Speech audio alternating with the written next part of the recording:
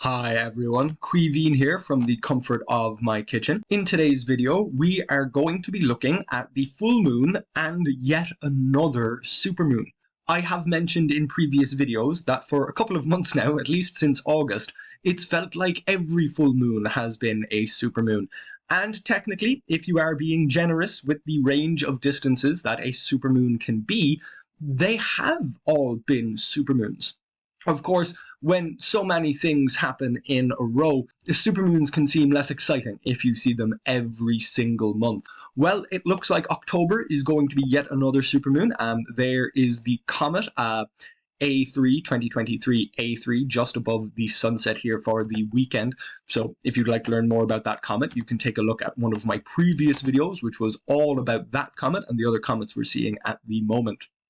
So here we are, the full moon, 99.8% full. I'm sure that is about as full as we are going to see it.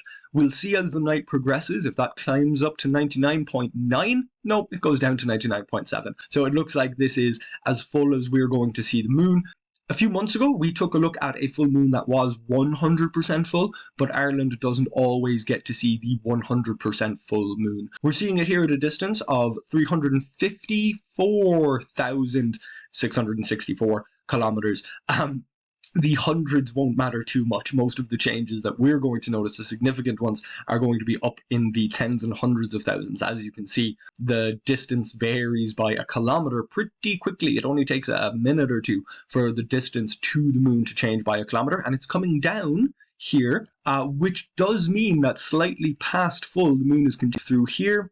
We can see it's down to 353, still dropping, getting down to 333, and it will continue to go down. So, it's gone back up again. So it looks like we will be able to see the moon. The closest we're going to see it this month, there we are, down to 35336, 35. Do we get any lower? Looks like we get a little lower. Down, if you're counting down to the meters, at least, it looks like we are getting as close as, I'm just waiting to see when it bottoms out here. It still seems to be getting closer and closer. So it seems that I have found it. 353,082 kilometers away. As we're moving forward here, we can see that the distance is climbing. And if we go back, measuring fractions of a kilometer, it goes down as far as, half a kilometer. Yeah, and then it starts going back up again. So just so hard to get it exactly at its lowest, given how quickly the moon's distance from us can change. But it looks like that's it. Let's go back, see if I can get 497. Doesn't seem like it. I don't think that is going to take over. Oh, there we go, 497. So I think this is as close as we're going to be able to see it. So 353,082 kilometers and a half. So this is definitely close, definitely quite close. So if we go back, this is our full moon for October. We're seeing it as close as it's going to get, 353. So let's very quickly go back an entire month, as quick as I can. Back to our last full moon.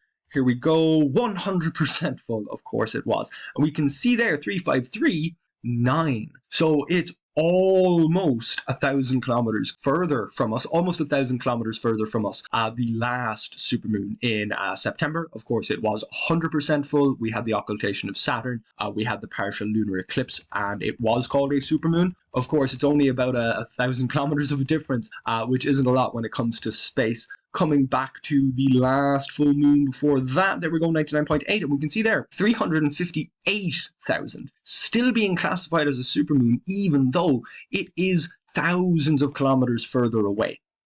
Let's come right back to, firstly, we'll come back to October for the current full moon. There's September's full moon coming, going, coming back to October, and here is our, oh, I went past it.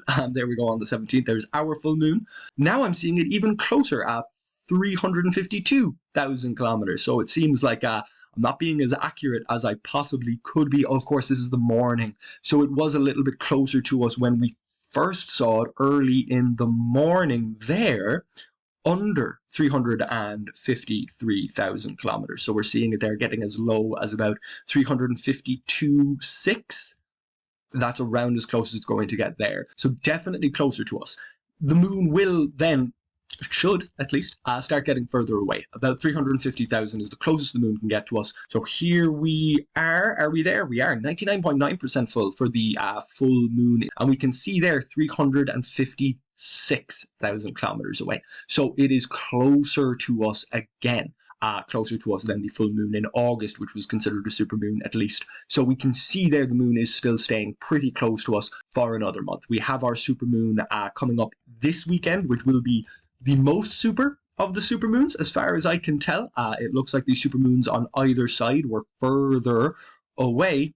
So there we go. I think the morning of the 17th rather than the next morning, even though, yeah, it's about 99.6, so they're both very, very close to the absolute fullest point. Let's see if I can get that up to 97. Yeah, and it is then a little bit further from us. So we can see here that it is at its closest to us this month, a little bit before it's at its absolute fullest. So the ellipse that the moon takes around the Earth, because its closest point can be when it's in front of the sun or when it's behind the Earth, we don't always get the very closest when it's at its absolute fullest for any given location on the Earth. Somewhere on Earth in October, somewhere on Earth around the 17th, the moon will reach 100% full and it will be close to 353,000 kilometers away.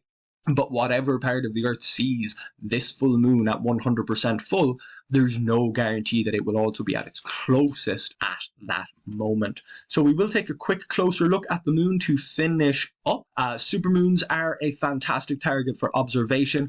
As I've said many, many times, the moon, it's almost a little bit better if you catch the moon when it's closer to a half. So we can see a little bit of the terminator there. We can see some of the shadows. But the white part of the moon here does look very, very smooth. We can see the Sea of Tranquility just there. So I always imagine a football player on the moon with a head, a body, two legs, and a football over there. So the body of the football player, that's our Sea of Tranquility. Now, of course, we're seeing this here, yeah, you know, just before midnight, and it is 352,633 kilometers away. So if you head out on midnight on the 16th, heading into the 17th, technically the full moon is on the 17th, but you know, going from the 16th into the 17th by just an hour isn't going to make too much of a difference. If we hop forward another day, we can see the moon is still at 99.6%, but it is a little bit further away here just before midnight on the 17th, and we can see that that little bit of a shadow is on the opposite side.